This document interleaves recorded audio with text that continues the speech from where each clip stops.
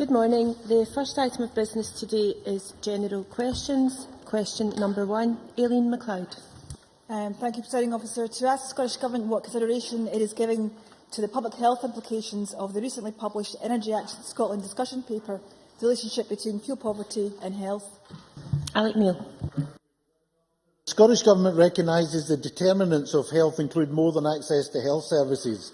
Housing and fuel poverty are two components of a complex picture which play a part in people's poor health. Hence, the Scottish Government is committed to tackling fuel poverty and with £68 million allocated in the current year to tackling the issue.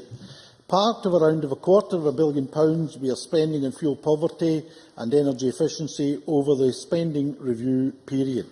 Statistics from the 2011 Scottish House Condition Survey show continuing improvements in the energy efficiency of dwellings, with 65% now rated good compared to 31% 10 years ago. Fuel poverty statistics published in December show that 684,000 Scottish households were in fuel poverty in October 2011. Without improvements in the energy efficiency of dwellings, a further 35,000 households would have been pushed into fuel poverty. Aileen MacLeod. Can I thank the Cabinet Secretary for that detailed and comprehensive response? In its conclusions, this report highlights significant physical health benefits in very young children arising from tackling fuel poverty, especially in terms of infants' weight gain and hospital admission rates as two examples. So will the Cabinet Secretary consider any further action that can be taken to ensure the issue of fuel poverty and its health impacts on very young children are highlighted to health professionals such as health visitors, GPs and family nurse partnerships, both to continue to raise awareness and to help those families affected by fuel poverty access the appropriate advice and assistance? Cabinet Secretary. Presiding Officer, I am pleased to say such work is already ongoing, as the Scottish Government's energy assistance package includes the community liaison component, the purpose of which is to work with trusted intermediaries, including health professionals, poverty and advisory groups, amongst others. Local community liaison officers based with the 5 Energy Saving Scotland advice centres develop links and work with local organisations to encourage and facilitate vulnerable households to access support under the package. The community liaison officers have delivered over 3,500 events, meetings and workshops since the programme began and have established over 900 contacts within trusted intermediary organisations. Question number 2, Duncan McNeill. To ask the Scottish Government when the Cabinet Secretary for Justice last met the Chief Executive of the Scottish Court Service and what was discussed. Kenny McCaskill. I met the then interim Chief Executive of the Scottish Court Service, Mr Eric McQueen, on Wednesday, 14th November, and I'd like to take this opportunity to congratulate Mr McQueen on his recent appointment as the permanent Chief Executive of the Scottish Court Service, and we discussed a number of current civil and criminal justice policy issues. Duncan McNeill. I thank the Cabinet Secretary for his response. Figures that I have obtained, Cabinet Secretary, from the Scottish Court Service show that in the last 3 financial years, 90,000 fines issued by the justice system have to be chased up with an arrest warrant because offenders have failed to pay up. In addition, over 200,000 citations have been issued ordering offenders to appear before the courts for non-payment. In the light of these figures, Cabinet Secretary, can we now acknowledge that allowing a policy that allows more offenders to be fined as an alternative to prosecution has failed to achieve the objectives, is wasting police time, wasting court time and, more worryingly, letting down victims of crime? Will the Cabinet Secretary instigate a review of this failed policy to ensure that those who break the law face the full consequences of their actions? Cabinet Secretary. Well, the position has been and remains that the sentence is decided by the imposing sheriff or judge. If Mr McNeill wishes to vary that, then he can seek to change the current understanding of our constitution. The position is that we respect, as a government, the right of sheriffs and judges to decide what the basis of sentence should be. Clearly, we do accept that once a sentence is imposed, it demeans and undermines the integrity of the system if it is not met. That is why this government established and brought in fines enforcement officers. Matters would be made easier if we were able to deduct matters directly from welfare benefits, but these matters are reserved to Westminster, and so far Mr McNeill prefers that they deal with the question of welfare benefits, whether it's attack upon child benefit or indeed the ability to take money from those who have prejudiced and indeed done damage in our communities. I would hope that he would work with us on that matter to be able to make sure that the decision of a sentence, whether a fine or a period of imprisonment, once it's decided by those given the powers to do so in Scotland, is obtempered and it's made easier for collection by dealing with the Department of Worth and Pensions. Supplementary, Sandra White. Thank you very much, Presiding Officer. I would like to ask the Cabinet Secretary the proposed changes to the court services. The Cabinet Secretary will be aware of the consultation, which closed on the 21st of December. Can he give us an idea of the timescale for the consultation responses to be published? Cabinet Secretary. Well, obviously these matters are for the Scottish Court Service. They are currently reviewing matters with the consultation having closed and matters now being considered by them. It will be for them to decide, as I say, what proposals they wish to take. This Parliament will ultimately decide and have the right to decide upon any suggestions that they make. What I can say is I'm due to meet with the Lord President very shortly. Doubtless Mr McQueen will be discussing matters with the Lord President, given his role as the chair of the Court Service. So I'll be more than happy to come back to the member on what the proposals thereafter. But I think we can work on the basis that the Scottish Court Service is taking the opportunity to review the numerous responses to the consultation that have been made, to consider their position and thereafter to return to Parliament if that is what they so wish. Claire Baker. Concerns have been raised that the proposed closure of Cooper Sheriff Court and the removal of trials from Kirkcaldy to Dunfermline will not realise significant savings but will significantly reduce access to local justice. Does the Cabinet Secretary share my concerns that the Scottish Court Service has not published a robust cost-benefit analysis of proposed closures and reorganisation, recognising there is the potential for increased costs as well as perceived savings? Cabinet Secretary. No, I don't. I think that the Scottish Court Service has put out in a consultation document a significant basis for their thoughts and proposals. That said, there is a consultation. They are prepared to consider. I don't know whether Claire Baker has made a submission, and doubtless, if she has, it will doubtless be reflected upon by Mr McQueen and those colleagues who are acting with them. So I think that the Scottish Court Service is acting fair and appropriately. The points made by those, whether in the Bar or in Fife Council or indeed Ms Baker or anybody else, will be reflected upon, and it will be for the Scottish Court Service to decide where to take matters next. Question number 3 has been withdrawn for understandable reasons. Question number 4, Richard Simpson. To ask the Scottish Government when the Cabinet Secretary for Health and Wellbeing last met Chief Executive Officers of NHS boards. Alex Neil. Presiding Officer, I last met all of Scotland's NHS Chief Executives yesterday when we discussed the priorities for Scotland's National Health Service and matters concerning the health of the population. Richard Simpson. His answer. Last week, the SNP members in this chamber appeared to be outraged when Labour called the PricewaterhouseCoopers review a whitewash. I have to say Labour is still of that view, because the review failed to cover the period when misuse of social availability was most likely to be prevalent. So my question to the Cabinet Secretary today is a simple one. Can the Cabinet Secretary explain how Lanarkshire Health Board were able to achieve the remarkable reduction of 75% in the level of social unavailability, from a high of 27% in the summer of 2011 to a low of 7% in 2012, as reported in the Lanarkshire Health Board Appendix 4 of their recent board papers, because both of these levels of social unavailability cannot reflect a similar application of that particular coding. Cabinet Secretary. Presiding Officer, I've asked all the health boards and all the chief executives of the health boards to take these audit reports very seriously, and while we had no repeat of the exact situation we had in Lothian, very clearly there were a number of issues that every health board, including Lanarkshire, will have to address to make sure that we have absolutely timeous and accurate reporting of waiting times, and I am very determined to make sure that that happens. I am prepared to and happy to write to the member to give him a detailed breakdown of the reasons why the social unavailability figures in Lanarkshire and indeed in elsewhere made so substantial progress as confirmed by PricewaterhouseCoopers in their report on Lanarkshire. Supplementary, Neil Findlay. Last year we had the report into bullying and the management culture at NHS Lothian, soon followed by the report into the waiting time scandal. Now we have the revelation that NHS Lothian has been deliberately withholding information from Audit Scotland. When will the Health Minister intervene to sort out what is clearly a dysfunctional and secretive organisation? Cabinet Secretary. Presiding Officer, following the reports in this morning's newspapers, I asked one of my senior officers to contact NHS Lothian and make it absolutely clear to them, as it should already have been made clear, that every element of transparency has to be fulfilled. There is nothing to hide.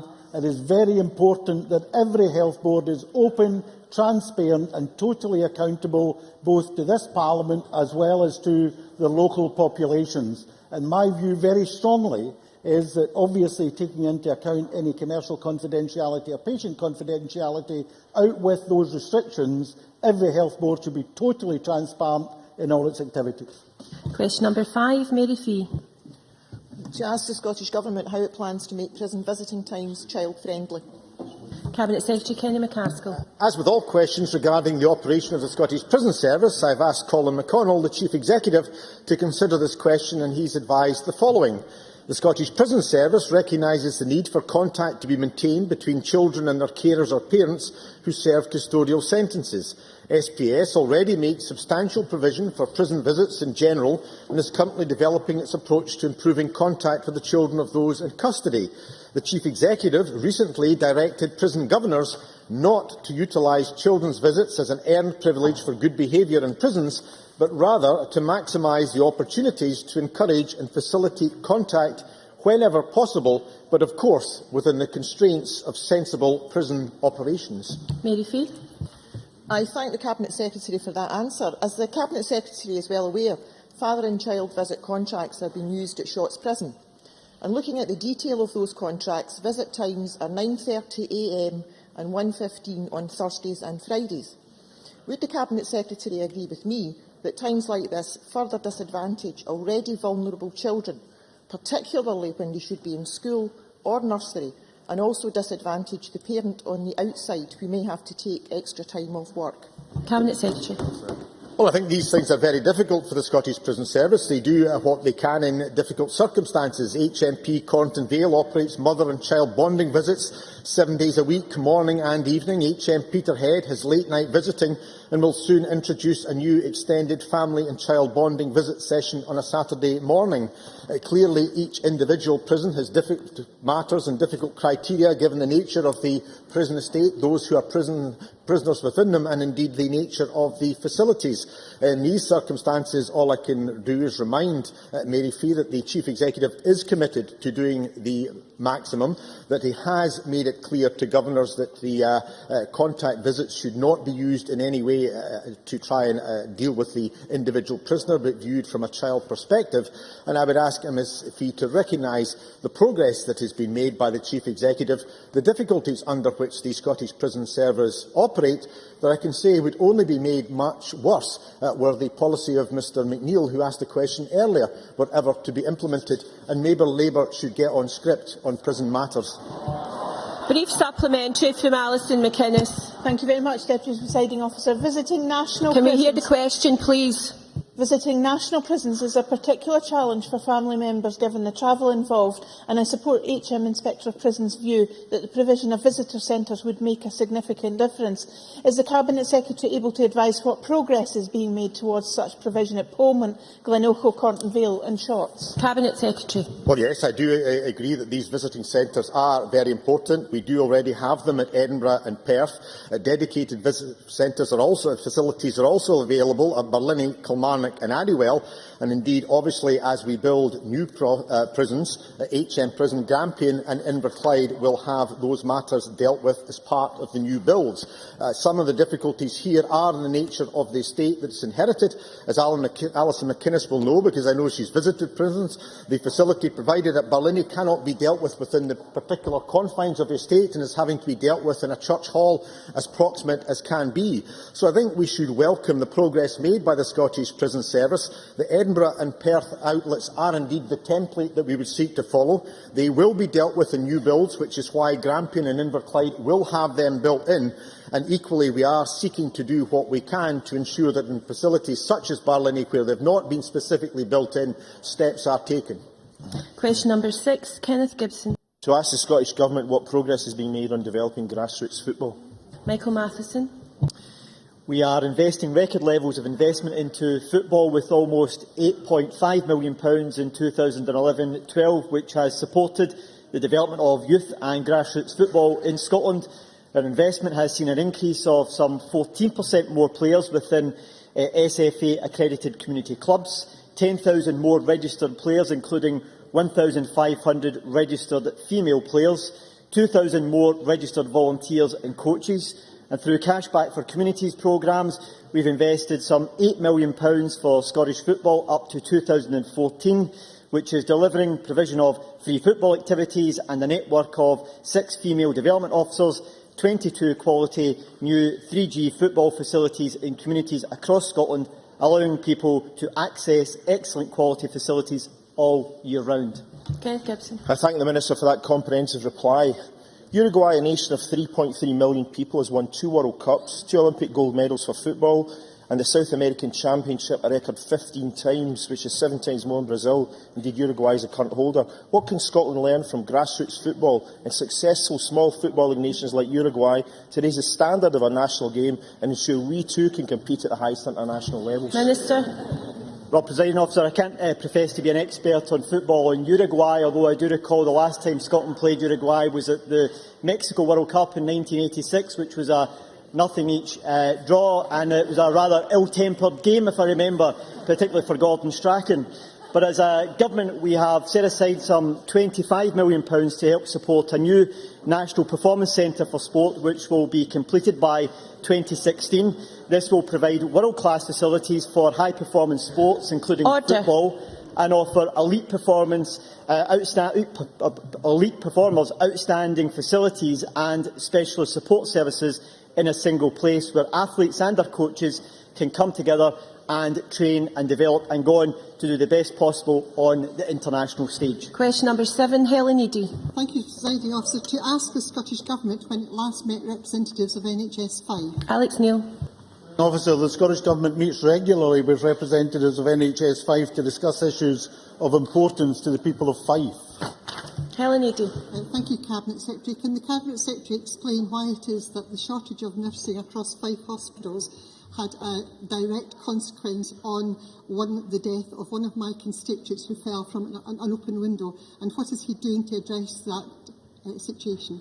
Cabinet Secretary. Presiding Officer, obviously this is a very serious matter. I do not accept the premise of Helen Eadie's question that the death was due to a shortage of nurses. Obviously there are appropriate procedures and reviews going on to identify the proper cause of death and any lessons that need to be learned, but I think it's maybe more attuned if I write to Helen Eadie with the outcome of any review undertaken by NHS 5 into the matter. Question number 8, Jean Urquhart. Thank you, Presiding Officer. To ask the Scottish Government what steps are being taken to promote Scottish literature in our schools, colleges and universities. Cabinet Secretary, Minister Alistair Allen. The value and importance of Scottish literature is being promoted in a variety of ways across education and at every stage of learning. Support is provided by a range of bodies, including Education Scotland, the Association of Scottish Literary Studies, the Scottish Book Trust, Storland and Scottish Language Dictionaries. I'm also pleased to recognise that the first World Congress of Scottish Literatures is being hosted by the University of Glasgow in July 2014. Jean Urquhart. I thank the Minister for his response, but I wonder if you agree with me that it's a bit of a travesty that there's only one chair of Scottish literature in Scottish universities. Minister? Well, as someone who studied Scottish literature at Glasgow myself, I can certainly concur with members' enthusiasm for Scottish literature chairs, particularly in that university. I know and value the contribution that Professor Alan Reich has certainly made as chair of Scottish literature at Glasgow. It certainly is, I can agree, an unusual situation for any country to have only one university chair solely dedicated to its national literature. I would, of course, welcome the creation of similar posts in other universities and will continue to engage with the Scottish Funding Council and the universities on this issue. Thank you.